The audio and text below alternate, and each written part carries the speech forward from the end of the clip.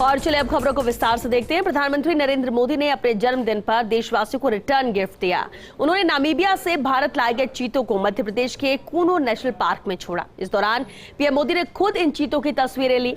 चीतों को छोड़ने के बाद पीएम का संबोधन भी हुआ। देशवासियों को उन्होंने संबोधित करते हुए बधाई दी। उन्होंने कहा कि जब समय का चक्र हमें अतीत को सुधार कर नए भविष्य के निर्माण का मौका देता है, आज सौभाग्य से हमारे सामने एक ऐसा ही क्षण है। दशकों पहले जैव विविधता की जो कड़ी टूट गई थी, आज उसे जोड़ने का हमें मौका मिला है। आज भारत की धरती पर चीता लौट आए हैं। पीएम मोदी ने कहा कि जब हम अपनी जड़ों से दूर होते हैं तो बहुत कुछ खो बैठते हैं और इसलिए आजादी के इस अमृत काल में हमने अपनी विरासत पर गर्व और गुलामी की मानसिकता से मुक्ति जैसे पंच प्राणों के महत्व को दोहराया है। पीएम ने आगे कहा कि 1947 में जब देश में केवल आखिरी 3 चीते बचे थे तो उनका भी शिकार कर लिया गया। ये दुर्भाग्य रहा कि हमने 1952 में चीतों को विलुप्त तो घोषित कर दिया, लेकिन उनके पुनर्वास के लिए कोई सार्थक प्रयास नहीं हुए। आज आजादी के अमृत काल में देश नई ऊर्जा के साथ चीतों के पुनर्वास में जुट गया है। पूरे देश में चीतों के लिए सबसे उपयुक्त क्षेत्र के लिए सर्वे हुए, जिसके बाद कूनो नेशनल पार्क को चुना गया। आज हमारी वो मेहनत परिणाम के रूप में हमारे सामने है। पीएम मोदी ने कहा कि ये बात सही है कि जब प्रकृति और पर्यावरण का संरक्षण होता है तो हमारा भविष्य भी सुरक्षित होता है।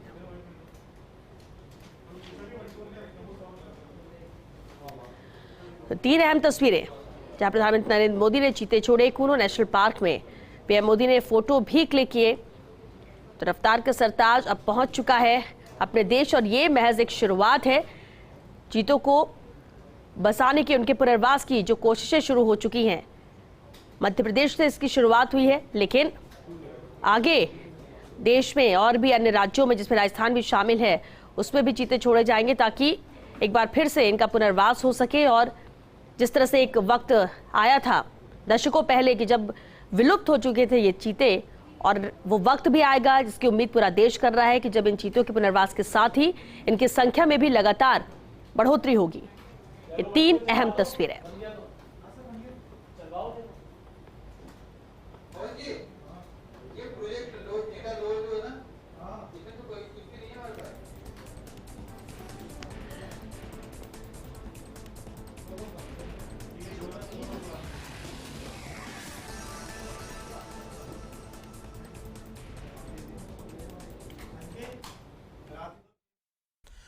पर्यावरण की रक्षा के साथ ही देश की प्रगति भी हो सकती है। ये भारत ने दुनिया को करके दिखाया है। आज एक और हम विश्व की तेजी से बढ़ती अर्थव्यवस्था में शामिल है, तो साथ ही देश के वन क्षेत्रों का विस्तार भी तेजी से हो रहा है। साथियों, 2014 में हमारी सरकार बनने के बाद से देश में करीब करीब 250 नए संरक्षित क्षेत्र जोड़े गए हैं। हमारे यहां एशियाई शेरों की संख्या में भी बड़ा इजाफा हुआ है। आज गुजरात देश में एशियाई शेरों का बड़ा क्षेत्र बनकर उभरा है। इसके पीछे दशकों की मेहनत, रिसर्च बेस्ड पॉलिसीज और जन भागीदारी की बड़ी भूमिका है। मुझे याद है, हमने गुजरात में एक संकल्प लिया था। हम जंगली जीवों के लिए सम्मान बढ़ाएंगे और संघर्ष घटाएंगे। आज उस सोच का प्रभाव परिणाम के रूप में हमारे सामने है। देश में भी टाइगर्स की संख्या को दोगुना करने का जो लक्ष्य तय किया गया था, हमने उसे समय से पहले हासिल किया है। और चलिए इस पर ज्यादा बातचीत के लिए हमारे साथ ब्यूरो चीफ निर्मल तिवारी न्यूज रूम से जुड़ चुके हैं। निर्मल जी, बेहद अहम है, जब आज प्रधानमंत्री नरेंद्र मोदी का जन्मदिन है तो वहीं दूसरी तरफ कूनो नेशनल पार्क में चीतों का आगमन हो चुका है। कितनी उम्मीद देशवासी करें कि आने वाले वक्त में ये संख्या भी बढ़ेगी और इसमें राजस्थान भी शामिल होगा? देखिए श्वेता, एक अच्छा और जबरदस्त संयोग है कि चीते का री इंट्रोडक्शन है जो हिंदुस्तान के अंदर, वो हिंदुस्तान की आजादी से जुड़ा हुआ है। 1947-48 का जो कालखंड था, जब 1947 में देश आज़ाद हुआ तो चीते जो थे वो देश से विलुप्त हो चुके थे और 1952 में इसकी आधिकारिक घोषणा हो चुकी थी। और अब हम जब आज़ादी का अमृत महोत्सव मना रहे हैं तो चीतों का रीइंट्रोडक्शन हो रहा है, यानी करीब 70 साल बाद देश के अंदर 1952 में जब आधिकारिक घोषणा हुई और 2022 के अंदर जब चीते, ये स्वर्णिम आभा वाला चीता जब हमारे यहाँ पर रीइंट्रोड्यूस हो रहा है हिंद की सरजमी के ऊपर, तो निश्चित तौर पर एक बड़ा दिन है। और बड़ा दिन इस मायने में भी कि अब तक ये देखा गया है कि जो बाघ जो थे, जो जिसको कहते हैं कि जो इकोसिस्टम का जो पिरामिड बना होता है, उस पिरामिड की जो सबसे अपेक्स बॉडी है वो बाघ है।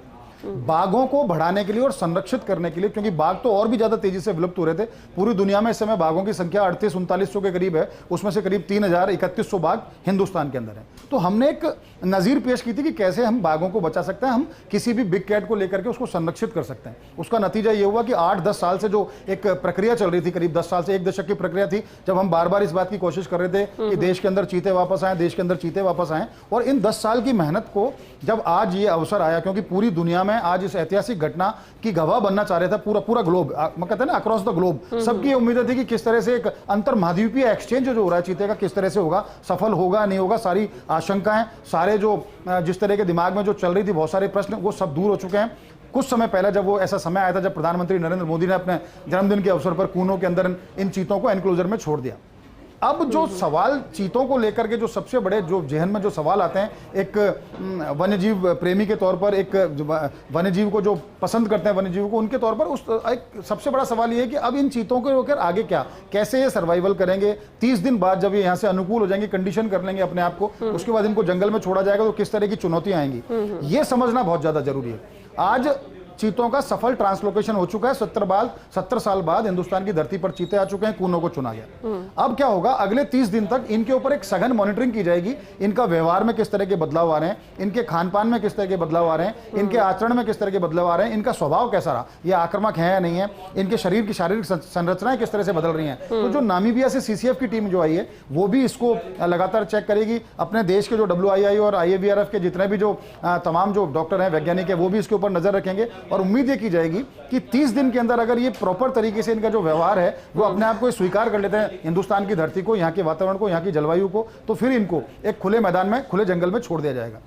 अब उम्मीद ये की जानी चाहिए कि ये जो 8 जो चीते हैं, जिसमें से 5 मादा चीते हैं, 3 नर चीते हैं, ये चूंकि प्रूवन है, ये इनमें बांझपन नहीं है, इनमें किसी तरह का इनमें नपुंसकता नहीं है, और ये प्रूवन है, पहले बच्चे पैदा कर चुके हैं। तो इसका मतलब ये है कि अगर ये, चूंकि अफ्रीका और हमारा जो वातावरण है, खासकर कूनो की हम बात करते हैं, तो तापमान की दृष्टि से भी लगभग वैसा ही है, जो यहाँ की जो जलवायु है, यहाँ का जो फ्लोरा और फौना है वो भी लगभग उसके जैसा ही कूनो का जो जिस तरह से, और राजस्थान में भी अगर हम मुकंदरा, शाहबाद या जैसलमेर की बात करते हैं तो ऑलमोस्ट वैसा ही एक वातावरण इनको मिलेगा। तो उम्मीद ये की जानी चाहिए कि ये 8 जो चीते, 5 मादा और 3 नर हैं, ये ब्रीडिंग करेंगे तो अपने आप ही इनकी संख्या बढ़ेगी। अब चूंकि जिस तरह से केंद्रीय वन, पर्यावरण और जलवायु परिवर्तन मंत्री भूपेंद्र यादव ने कहा था कि 5 से 8 साल का ये प्रोजेक्ट है, आने वाले 8 साल के अंदर देश के जो और भी जो नेशनल पार्क हैं उनके अंदर भी चीते छोड़े जाएंगे और करीब 50 चीते आएंगे। यानी 50 चीते, 8 चीतों की खेप आ चुके, 42 चीते और आने, कुछ साउथ अफ्रीका से आएंगे और कुछ नामीबिया से और आएंगे। ये प्रयोग सफल रहा और लेट्स द फिंगर क्रॉस कि ये प्रयोग सफल रहे। प्रयोग सफल रहने से फायदा ये होगा कि जो पूरा एक भारतीय महाद्वीप है, उसमें सिर्फ भारत की हम बात नहीं करें, भारत के आसपास के जो कंट्री हैं वो भी ये देखना चाहते हैं कि किस तरह से चीतों का संरक्षण होगा। तो अगर ये प्रयोग सफल रहा तो निश्चित तौर पर जो अगली बारी होगी वो राजस्थान की होगी। ये हमारे लिए अच्छी बात है और राजस्थान के वन महकमे को इसके लिए पूरी तैयारी करनी होगी, क्योंकि जिस तरह से अफ्रीका की टीम आई थी, उसने कहा था पहले, उसके बाद नामीबिया से जो टीम आई, WII की टीम आई, सबने यही कहा था कि राजस्थान के अंदर चीते बचाए जा सकते हैं, खासकर मुकंदरा में, खासकर शाहबाद जो कूनो पालपुर से जुड़ता हुआ क्षेत्र है, 12 और चित्तौड़ का कुछ जो इलाका है जो उससे लगता है पूर्वी राजस्थान का, वो लगभग समान परिस्थिति वहां चीते आ सकते हैं। लेकिन NTCA ने फिलहाल मना कर दिया था, उसके पीछे जो भी कारण हो। लेकिन अब हमें ये दुआ करनी चाहिए, क्योंकि हम पूरे एक वासुदेव कुटुंबकम वाली स्थिति, हम पूरे देश की बात करते हैं, चीते आखिर सर जमीन हिंद पर आए, ये स्वागत योग्य कदम है। उम्मीदें ये करनी चाहिए कि अब ये प्रयोग सफल रहे। प्रयोग सफल रहा तो निश्चित तौर पर अगली बारी राजस्थान की होगी। तो राजस्थान के जंगलात महकमे को यह करना चाहिए कि अपना प्रेबेस बढ़ाएं, जहां पर चीतों को लाया जाए, जो संभावित जो जगह है चीतों को लेकर के, जो संभावित सेंचुरीज हैं, वहां पर प्रेबेस बढ़ाया जाए, वहां पर ग्रासलैंड विकसित की जाए, साथ ही साथ संसाधन इस तरह से विकसित किए जाए कि चीते वहां आने के बाद सर्वाइव करें, उनको किसी तरह की समस्या ना हो। तो अभी तक जो स्थिति थी, पूरे देश भर की बात करें, क्योंकि मध्य प्रदेश देखिए क्या है श्वेता, कि वन्य जीवों के संरक्षण में राजस्थान, पूरे देश के अंदर बात करें तो मध्य प्रदेश नंबर 1 पर है। मध्य प्रदेश को टाइगर स्टेट का दर्जा मिला हुआ है, मध्य प्रदेश को लेपर्ड स्टेट का दर्जा मिला हुआ है, मध्य प्रदेश में अब चीता भी पहुंच गया है। तो उम्मीद तो की जानी, क्योंकि मध्य प्रदेश की जो वहां की जो पूरी टीम है, वहां की जो तकनीक है, वहां के संसाधन है, वो निश्चित तौर पर राजस्थान से बहुत ज्यादा है वन और वन्यजीव संरक्षण की दिशा में। तो हमको उनको फॉलो करना होगा, और फॉलो ही नहीं करना होगा, उनसे आगे निकलने की कोशिश करनी होगी। ये भी वजह एक हो सकती है कि जब हमें और भी राज्यों में देना है और शुरुआत हमें करनी थी, तो हमने कूनो नेशनल पार्क इन्होंने चुना और इसके बाद 8 भेजे गए। लेकिन क्या राजस्थान के जो वन क्षेत्र है, वैसे तो वो मुफीद है, कहा भी गया रिपोर्ट्स के अनुसार, सर्वे के अनुसार, लेकिन फिर भी और बेहतर करने की कोशिश क्या वन विभाग की तरफ से भी की जा रही है? बिल्कुल, देखिए श्वेता, एक बात तो समझनी होगी, और इसके लिए हम खुद की पीठ खुद थपथपा सकते हैं। वो इसलिए कि जब राजस्थान में खासकर सरिस्का बाघ विहीन हो गया था, रणथंभौर में भी बाघों की संख्या 30-40 रह गई थी, करौली धौलपुर कहीं बाघ नहीं थे, हमने पिछले 1 दशक में, और खासकर जो पिछले 4-5 वर्ष हैं, उसमें ऐसा काम कर डाला जो पूरी दुनिया के लिए नजीर है। जिस बाघ को लेकर पूरी दुनिया चिंतित थी कि बाघ तेजी से समाप्त हो जा रहे हैं, उस बाघ को, 40 बाघों को हमने 115 के स्तर पर पहुंचा दिया राजस्थान के अंदर। यानी रणथंभौर को तो हमने ऐसे तैयार कर दिया कि बाघों की नर्सरी है। तो निश्चित तौर पर वन और वन्यजीव संरक्षण की दिशा में हम बहुत तेजी से आगे बढ़े हैं। संसाधन भी हमने विकसित किए हैं, तकनीक भी विकसित किए हैं। जिस चीज की कमी है, वो चीज की कमी है इच्छा शक्ति। जैसे थोड़ी देर पहले डीएन पांडे जो पीसीसीएफ ऑफ है हमारी, उनसे भी बात हो रही थी। जब चीते को लाने की बात थी 10 वर्ष पहले, 1 दशक पहले, जब पूरी तैयारी हो चुकी थी, तो वहां के जो स्थानीय जनता थी, खासकर जैसलमेर और आसपास के, उन्होंने मना कर दिया था कि नहीं, हमें कोई ऐसा जानवर नहीं चाहिए, हमारे मवेशियों को मारेगा, हमारे संसाधन खत्म हो जाएंगे। तो पब्लिक को भी, जनता को भी साथ दे, क्योंकि देखिए बिना जन सहभागिता के कोई काम नहीं हो सकता। हम चीतों को छोड़ देंगे, हम लेपर्ड्स और बढ़ा लेंगे, हम बाघों की संख्या भी बढ़ा लेंगे, लेकिन हमें आम नागरिक को समझाना होगा कि ये पर्यावरण संरक्षण के लिए आपको नुकसान नहीं पहुंचा रहे हैं। और चीता तो ऐसा जानवर है, देखिए 450 से लेकर 500 मीटर की दूरी एक बार में तय करने के बाद उसको 1 घंटे के लिए अपने फेफड़ों को, अपने लंग्स को रिलैक्स करना पड़ता है। दुनिया का बहुत तेज चलने वाला जानवर, तेज दौड़ने वाला है 120 किलोमीटर प्रति घंटे की रफ्तार से, लेकिन उतना ही डरपोक भी है। इंसानी कॉन्फ्लिक्ट बहुत कम ऐसे उदाहरण है पूरे दुनिया भर के अंदर जहां चीता और ह्यूमन का कोई कॉन्फ्लिक्ट हुआ हो। तो इंसान को इससे डरने की जरूरत नहीं है। बड़े मवेशियों को भी नहीं खाता, ये उनकी भैंस पर या गाय पर हमला नहीं करता जिस तरह की इसकी प्रवृत्ति होती है। छोटे जानवर, जैसे अगर मवेशियों की बात करें तो बकरी, कुत्ता है, और इससे ज्यादा इसको आगे बढ़ने की जरूरत नहीं है। इसलिए हमको करना क्या चाहिए, इस तरह का प्रेबेस तैयार करें कि चीतल, चिंकारा और हिरण के जो डियर्स फैमिली है, उसमें से हमको प्रेबेस वहां पर बढ़ाएं। हर्बीवोरस को मजबूत करें तो कॉर्निवोरस अपने आप वहां मजबूत होगा, वहां की व्यवस्थाएं बढ़ेंगी। तो निश्चित तौर पर सांबर, चीतल, चिंकारा ऐसी प्रजातियों को हमको उन जगहों पर अभी से प्रेबेस बढ़ाना होगा जहां पर चीतों को लाए जाने की पूरी संभावना राजस्थान में है। और ये बिल्कुल उम्मीद नहीं छोड़नी है कि एक बार एनटीसीए ने हमारे प्रस्ताव को नकार दिया और सीधे तौर पर कहा कि फिलहाल राजस्थान में चीते बचाने की आवश्यकता नहीं है। तो एनटीसीए ने, ये कोई एक भ्रम वाक्य नहीं होगा कि एनटीसीए ने सील लगा दी इस निर्णय को करने के बाद कि आज के बाद इस निर्णय को नहीं बदला जाएगा। बिल्कुल बदला जाएगा। जब हम बाघ को बढ़ाने में, बाघों की संख्या बढ़ाने में अगर हम नजीर पेश कर सकते हैं पूरे देश में, पूरे साउथ एशिया की अगर हम बात करें उसके अंदर, तो हम चीतों को भी बचा सकते हैं। हमारे पास इस तरह के संसाधन है। जरूरत है इच्छा शक्ति की, जरूरत है आम जनता को जागरूक करने की, इनसे ज्यादा नुकसान नहीं पहुंचेगा।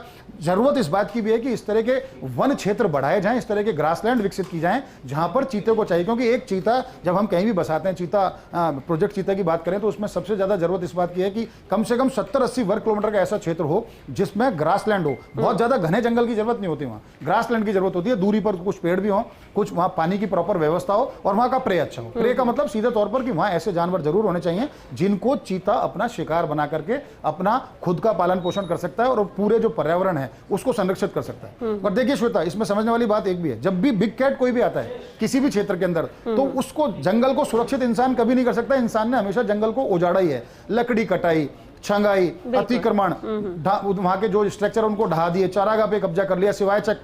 जानवर अगर कहीं जंगली जानवर होता है तो इंसान में भय होता है कि मैं जाऊंगा तो मेरे ऊपर वो हमला कर देगा। तो सबसे, अगर जंगल को बचाने का जो सबसे श्रेष्ठ तरीका होता है, वहां पर जो वाइल्ड एनिमल्स हैं उनको वहां बसाया जाए, वहां की रिवाइल्डिंग की जाए। और रिवाइल्डिंग का जो जिस तरह से राजस्थान सरकार ने भी 1 दशक का कार्यक्रम अपने आप में अपने हाथ में ले रखा है रिवाइल्डिंग का। झालाना उसका बहुत बड़ा उदाहरण है, गलत ये रामागढ़ जो उसका बहुत बड़ा उदाहरण है, तालछापर उसका बहुत बड़ा उदाहरण है, जवाई उसका बहुत बड़ा उदाहरण है। तो निश्चित तौर पर हमको उम्मीद नहीं छोड़नी है, संसाधन विकसित करने, इच्छा शक्ति प्रबल करनी है कि चीता हमारे यहाँ भी आएगा। और मैं फिर कह रहा हूं आपसे, जिस तरह के भूपेंद्र यादव ने संकेत दिए हैं केंद्रीय मंत्री ने, और चूंकि वो तो वैसे भी राजस्थान के रहने वाले हैं, राजस्थान को केंद्र में रिप्रेजेंट करते हैं, तो उनके पास तो दोहरी जिम्मेदारी है कि वो विभाग को तो संभालेंगे, उनकी ये भी जिम्मेदारी है कि राजस्थान में भी चीते को इंट्रोड्यूस करेंगे। और उन्होंने संकेत भी दिए हैं कि आने वाले दिनों में 50 चीते आएंगे तो उनको अलग अलग नेशनल पार्क में छोड़ा जाएगा। उम्मीद की जानी चाहिए मुकंदरा में ये हो, और मुकंदरा में जो पुराने दाग हैं, बाघ खत्म हो गए थे, जिस तरह से 6 बाघ खत्म हो गए थे, 2 गायब हो गए थे, तो कोशिश ये करनी चाहिए उन दाग को धोया जाए। वो पुरानी बातों को भूल करके आगे बढ़ने का समय है, और कोशिश ये की जानी चाहिए कि बिग कैट फैमिली का ये जो प्रेडेटर है ये यहाँ आए, रफ्तार का जादूगर हमारे यहाँ भी आए, हम भी जंगलों को, वन्य जीवों को हम भी संरक्षित कर पाएं, और एक जिस तरह से हमने बाघों में नजीर पेश किए, चीतों में भी नजीर पेश किए। बिल्कुल, और क्योंकि उम्मीद तो कायम है ही, लेकिन साथ ही साथ क्योंकि कोई भी चीज परफेक्ट नहीं होती है और उसे बेहतर करने की कोशिश लगातार जारी रहती है, एक निरंतर प्रक्रिया है। और वन विभाग को भी ये करना चाहिए कि अगर कोई थोड़ी बहुत कमियां बता रहा है उसके हिसाब से नहीं है तो तब तक तैयारी कर ले, क्योंकि आना तो यहाँ पर चीता तय ही है कि राजस्थान में भी जल्द ही आएगा, भले थोड़ा इंतजार जरूर करना पड़े। बहुत शुक्रिया निर्मल जी इस पूरी बातचीत के लिए।